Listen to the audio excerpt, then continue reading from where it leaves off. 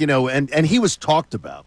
Jeff Francoeur, him, MLB on TBS, Braves broadcaster, and the Pure Athlete podcast that I told you later today. Yeah. That when you see Cooper growing up, you need to listen to this podcast. Gives a lot of lessons to the parents out there. Jeffrey, good morning. Good morning, guys. How are we in Philly on opening day? Well, we're going to hang a banner next Monday, but we're more interested in how we can start winning in the playoffs again. But everybody's excited for the start of the year. Well, I'll tell you what, man, it should be a great year. And, I was doing some prep last week looking, and, I mean, you look at this Phillies team, you look at this Braves team, it literally might be as even as you could possibly be. I think so, digging into it. It's unreal. When you what do you make of the Phillies? Because the biggest complaint from a lot of people here in Philadelphia is that they ran it back. Even though they won 95 games last year, the bad taste in the mouth of the playoff series loss to the Mets is still there for a lot of people. The roster is very similar. What did you make of the offseason lack of additions for the Phillies going into another year? You know what? I don't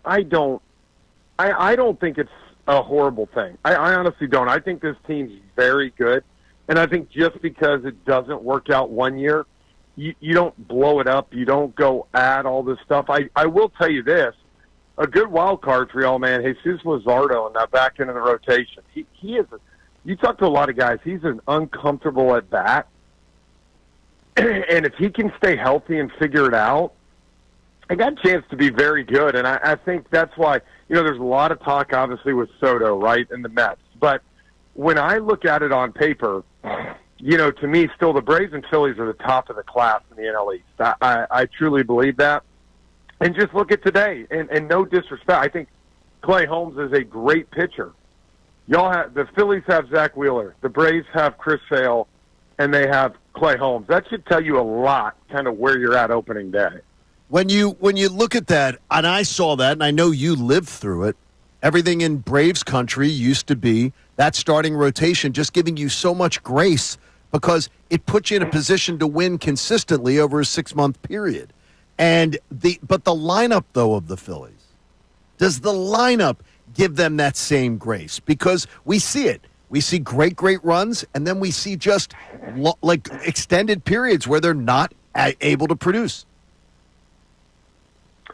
Yeah, and that's where, maybe and that's, I think, the thing is Dave Dombrowski and that crew showed you if they need something at the deadline, they will address that.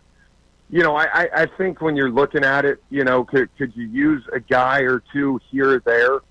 A lot of people down in Atlanta, guys, banged all off season about doing nothing. But I actually personally really like the Profar signing down there.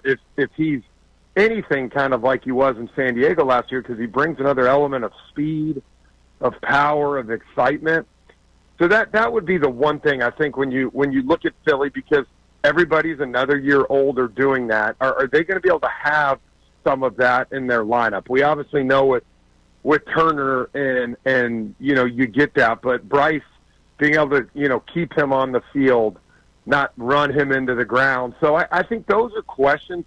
I think Philly's got the best rotation in baseball personally. I know everybody loves the Dodgers. Those guys got to stay healthy. They got to throw, and if they do, yes, they're going to be very good.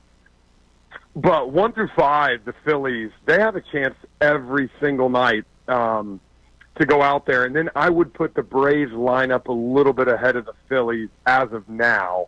But, again, it's so close. It's neck and neck. So, I don't know. It's gonna be a fun year to see. But I will tell you, all those teams, the Phillies, the Braves, the Dodgers, they're going to add at the deadline if they need to. So what you have now is not always a finished product. Being the former everyday baseball player that you were, what do you make of this potential platooning lineup for the Phillies? And I'm not saying platooning center fielders. We're talking about platooning leadoff hitters. Trey Turner could lead off one game. Kyle Schwarber could lead off the next game. Does that impact any sort of a rhythm or an approach for a hitter? What do you make of what the Phillies could be doing this year? I don't love that idea. I'm old school in the fact that, I came from, especially not there in the lineup. you hear of platoon 7 and 8 holes a lot of the time, but you ever see those teams in the big leagues that, a guy's hitting third one day and then he's hitting 8th the next because there's a lefty, and I'm like, you trust him that much to hit third one day and then you move him to 8th? I don't love that idea, but I will tell you that, it's such a veteran team in Philly that I don't know that those guys will care that much. And it's two guys that are close friends. That whole lineup, like I said, pretty much, they're pretty cohesive unit. So, they might be able to get away with it there. But, I do think Rob Thompson can be somewhat old school too. And I don't know how much of this is his idea, how much is coming from up top, or the pencil heads as we call them in the game. But I look, that stuff straightens itself out. Rob might do it for a little bit. If you don't like it, he'll nip it in the butt. I've said before, Jeff, that I know of situations where managers have had their lineup cards made out for them by the front office, or at least a very, very heavy hand coming from upstairs. It's a different day than when you played in Major League Baseball, is it not, with that kind of decision-making? 100%. I've talked to Braves manager Brian Snitker about it 100 times, and he's like, and not in a bad way, but he's like, there's times that they'll call someone up and they don't even ask me about it.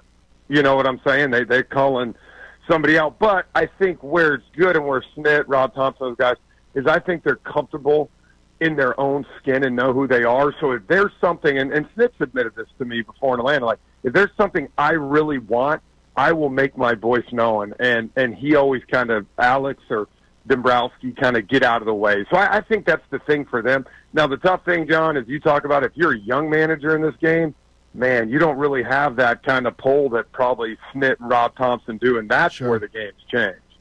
You going to be coming to Philly sometime soon, I hope? I am. I got 2-3 TBS games. I got Marion lined up. I got Pine Valley lined up. It's all coming together. Yeah, it's good. Tell my partner, who has a 3-year-old son, and Andrew considers himself quite the sportsman. 2-a-day started yesterday. About coaching his son, Jeff, the dangers of coaching his son and what does he need to know most. The Pure Athlete podcast has great conversations like this, by the way. So, what does he need to know? Well, I'll tell you, I'm really excited, John. You know my dad. You've seen my dad around, and we're actually having my dad on the podcast next week. Oh, that's awesome. These guys have asked me to tell have him I said hello.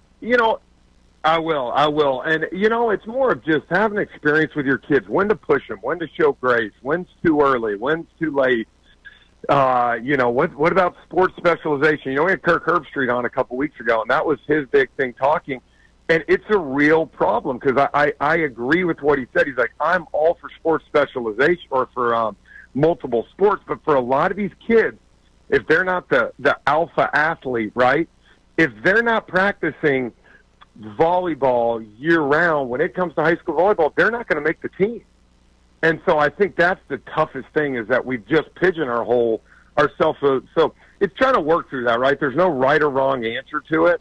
But, it's tough. I sit here and talk all this stuff, right? We had 13 games this past weekend between my 4 kids. Oh, my gosh. And Sunday night. You go one way, Katie goes the other? 10 o'clock, 100%, Grandma. But we sat down Sunday night, and Katie looked at me. She's like, enough, Uncle. That's too much. And you know me, the human side's like, you're right. But then I'm like, what do I tell the kids? You can't go to the, it's tough as parents. These are decisions we have to make for our kids and what's best. Because you know as well as I do. That's why I tell parents when parents tell me, my kid loves it. Most kids will always say, I want to play. If I told Braden, we're going to do one more game, absolutely. Sure. But what's best for them? And I think that's where parents, we have to make better decisions for the kids. He is a star in the broadcasting business. I'm glad that I launched it. Jeff, I'll look forward. There's another mention, Jeff. I'll look forward to seeing you soon. I will give John this. I'll give him this. He definitely urged me to go into this side of the Yes. There's no doubt about that. We've had numerous talks about it. I saw your talent. And hey, it's why he texted me last night and why I came on this morning. I do owe him a lot, and I love him. I always love coming to Philly. And by the way, I think this is going to be I can't wait to talk about the world champion Eagles with you. So it'll be great. Hey, dude, let me tell you. Hey, I was happy about that because I rode them all the way through the playoffs. You did? You know what I mean? See, there you Well, that's go. good. That's good work. That's good work. All right, we'll see you soon. Thanks, Jeff. I say, Jeff. There he is, Jeff Francoeur on the Comcast. Thank you so much for checking out our content on the 97.5 The Fanatic YouTube channel. Hope you enjoyed the video. And remember, you can always be checking the playlist. There may be something you missed from one of our shows during the day that you want to go back and check out. So every time you like a video, like it, subscribe to the channel, and you'll have that great content coming to you every single day. You're greatly appreciated.